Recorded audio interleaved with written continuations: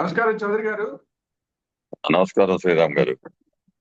ఈరోజు భారత ప్రభుత్వం యువకులందరినీ కూడా ఆర్మీలో జాయిన్ అవ్వమని ఒక రిక్వెస్ట్ లాగా పంపించినట్టుంది. ముందే పంజాబ్ వాళ్ళు ముందు పంపించినట్టున్నారు. అక్కడికి వేలాది మంది వెళ్ళారు. మీరు ఇంట్రెస్ట్ ఉన్న వాళ్ళు ఎవరన్నా రండి అంటే వేలాదిగా వెళ్ళారు యువకులు. ఇప్పుడు మొత్తం భారత ప్రభుత్వం కూడా అందరినీ ఆహ్వానించినట్టుంది. దీని మీద ఎలా వెళ్ళాలంటారు? ఏంటి అసలు దీని మీద ఎందుకని ఇలా పిలవవలసిన పరిస్థితి వచ్చింది? అందరినీ జాయిన్ అవ్వమని చెప్పలేదండి.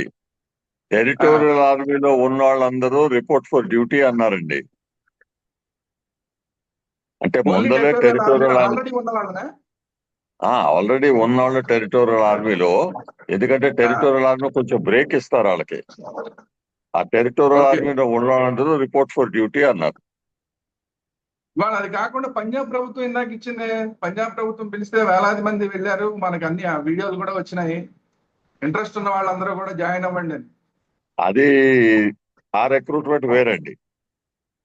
అది ఓకే. ఆర్మీ జాయిన్ అవడానికి ఎవరైతే జాయిన్ అవుతారో జాయిన్ అవ్వండి. ఎందుకంటే చాలా మంది యువకులకి ఇప్పుడు ఏంటంటే ఇదంతా జరుగుతా ఉంది, మేము కూడా దాంట్లో పాటిస్తాము, మేము కూడా ఏదో చేద్దామని ఆ ఆలోచన ఎమోషన్ లో ఉన్నారు. అందుకని చెప్పేసి అది స్టేట్ రిక్రూట్మెంట్ లో తీసుకుంటున్నారు. అది వేరే విషయం. ఓకే. ఇప్పుడు ఈ భారత ప్రభుత్వం కూడా అలా ఏమైనా పిలిచే అవకాశం ఉందా? అంటే ఎందుకంటే ఇప్పుడు ఉన్న ఆర్మీని మళ్ళీ బార్డర్ రకరకాలుగా వాడుతున్నారు కదా. టెరిటోరియల్ ఆర్మీ కింద కూడా చాలా చోట్ల వాడుతున్నారు. లోపల మనకు అనవసరమైన చోట్ల బార్డర్ లో కాకుండా కూడా మిగతా చోట్ల కూడా వాడుతున్నారు మన ఆర్మీని. యుద్ధ వాతావరణం లేదు కాబట్టి ఇంతకు ముందు. సో ఇప్పుడు యుద్ధ వాతావరణం ఉంది కాబట్టి అలా యూజ్ చేస్తున్న వాళ్ళందరినీ కూడా బార్డర్ దగ్గరికి వెనక్కి పిలిచి వాళ్ళున్న ప్లేసుల్లో కూడా ఈ టెరిటోరియల్ ఆర్మీని పెడదామనే ఉద్దేశం. అలాగా ఇప్పుడు మన యువకులు కూడా ఎవరైనా కొత్తగా వెళ్ళి జాయిన్ అవ్వాలంటే కనుక అలా పిలిచే అవకాశం ఏమైనా ఉందంట భారత ప్రభుత్వం? స్టాండర్డ్ ముద్రల నుంచి ఉన్న అవకాశం ఉందండి. అది కూడా అగ్నివీర్ స్కీమ్ కింద ఇంకా బెటర్. ఏమంటారు? అగ్నివీర్ స్కీమ్ అని ఒకటి ఉంది కదండి. అవునా? ఆ స్కీమ్ కింద జాయిన్ అవటం ఇంకా ఈజీయర్.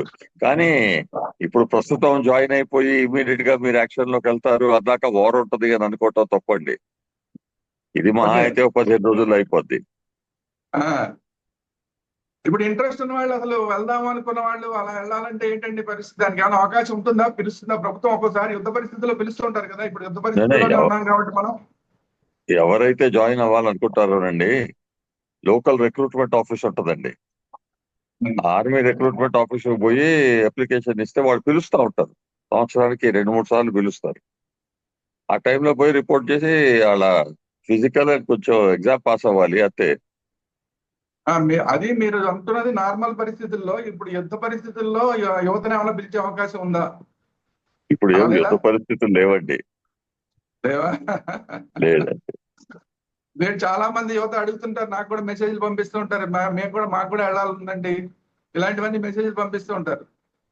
నేను వాళ్ళకి రిక్వెస్ట్ చేసేది ఏంటంటే, యుద్ధానికి సోల్జర్ గా ట్రైనింగ్ కావాలి అంటే దాదాపు మినిమం 6 months పట్టుద్దండి. ఓకే. 6 months ట్రైనింగ్ ఇచ్చి మీకు యూనిటీకి పంపించి అక్కడ మీ కొరకు వెపన్స్ ఎక్విప్మెంట్ పెట్టుకోవడానికి దానికి కూడా ఖర్చు అవుద్దండి. ఓకే. అదంతా అయ్యేటప్పుడు అందాక ఇది వార్ అసలు క్వశ్చన్ రైజ్ అంటే 15 రోజులు, మహా అయితే ఒక 20 రోజులు, అంతకన్నా ఎక్కువ ఉండదు. సో మిమ్మల్ని ఇంటర్వ్యూకి పిలిచి మీరు రిపోర్ట్ చేసి అయ్యేటంత లోపల ఇదంతా అయిపోద్ది. రెండోది ఏంటంటే, మీకు ఆ ఉత్సాహం ఉండి ఏదో చేయాలి అని అనుకుంటే అది మీరు ఏం చేయాలి అంటే, భారతదేశంలో మన ప్రజలకి ఆ దేశం ఇన్ఫ్రాస్ట్రక్చర్ కి ప్రొటెక్షన్ గా ఉండాలండి. అదే టెరిటోరియల్ ఆర్మీ కొంచెం చేస్తాయి. సివిల్ గార్డ్స్, హోమ్ గార్డ్స్ ఇవన్నీ యాక్టివిటీస్ రావచ్చు, దాంట్లో జాయిన్ అవ్వచ్చు. మోస్ట్ ఇంపార్టెంట్ అంటే కొంచెం అలర్ట్ గా ఉండి మన చుట్టుపక్కల, మన ఊరు దాటి ఎక్కడైనా రైల్వే లైన్ వెళ్తుందో, ఎలక్ట్రికల్ సిస్టమ్స్ ఉన్నాయో, కేబుల్స్ ఉన్నాయి, కమ్యూనికేషన్ కేబుల్స్ ఉన్నాయి, ఈ ట్రాన్స్ఫార్మర్స్ అన్ని ఉన్నాయి, వాటర్ సప్లై రిజర్వాయర్స్, పైప్స్ ఉన్నాయి. ఇవన్నీ ఎవరైనా మన ఎనిమీ వాళ్ళు వచ్చి స్లీపర్ సెల్స్ యాక్టివేట్ అయ్యి ఏదో రాంగ్ యాక్షన్ చేయడానికి ప్రయత్నం చేస్తారు కాబట్టి దాని మీద కన్ను వేసుకుంటా ఉండండి. అది కాక ఎక్కడైనా ఓకే. మీకు తెలిసిన వాళ్ళ చుట్టుపక్కల ఉన్న మనుషుల్లో ఎవరైనా డౌట్ఫుల్ గా మీకు అనిపిస్తే, అనుమానం వస్తే, ఇది నిజంగా ఇది హిందూ, ఇది ఇండియనా లేకపోతే స్లీపర్ సెల్లా లేకపోతే ఏంటో అన్న డౌట్ వస్తే అది పోలీస్ అథారిటీస్ కి ఇమీడియట్ గా ఇన్ఫార్మ్ చేయండి. వాళ్ళు చెక్ చేసుకుంటారు నిజమా కాదా అని. నిజమైతే వాళ్ళు యాక్షన్ తీసుకుంటారు, కాదంటే మీకు చెప్తారు అది కాదండి ఇది నార్మలే అని. కానీ ఆ అలర్ట్నెస్ ఉండాలండి. ఓకే. బోర్డర్ మీద ఆర్మీ ఏం చేస్తుందో అంటే దానికి ఆర్మీకి వదిలిపెట్టండి, వాళ్ళు చేస్తారు. మన గవర్నమెంట్ ప్రధాని గారు వాళ్ళ టీం అంతా ఏం చేస్తున్నారంటే చాలా చాలా చాలా బాగా చేస్తున్నారండి. బ్యూటిఫుల్లీ ప్లాన్ స్కీమ్ ఇది. చాలా జాగ్రత్తగా ఉండి చేసుకుంటున్నారు.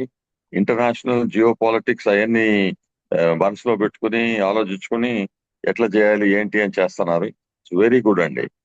మనం దీనికి అసలు మనం గుర్తించాల్సింది ఏంటంటేనండి, ఈ యాక్టివిటీ ఏదైతే జరిగిందో ఇది ఊరికినే మామూలుగా వార్ ఆఫ్ ద 1000 కట్స్ లో ఇది కూడా 1 కట్ అని అనుకోవటం కాదండి.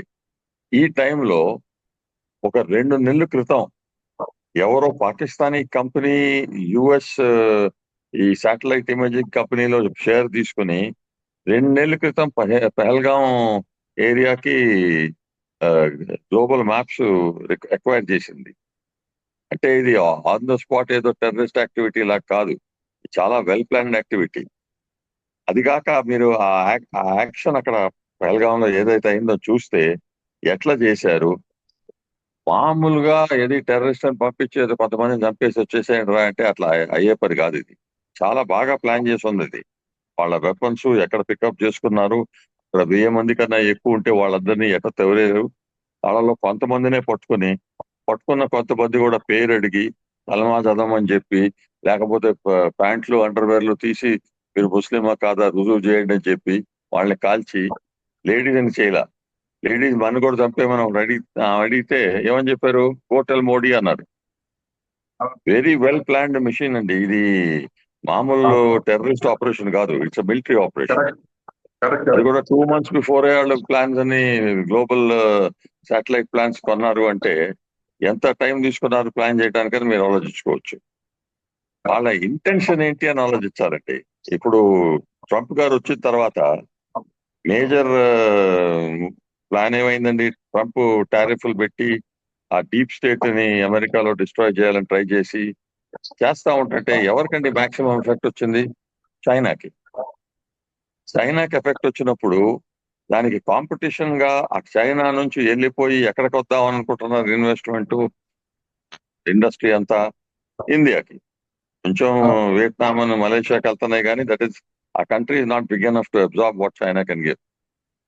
ఇక్కడికి వస్తున్నారంటే అది చైనాకి చాలా దెబ్బ తగులుతుంది.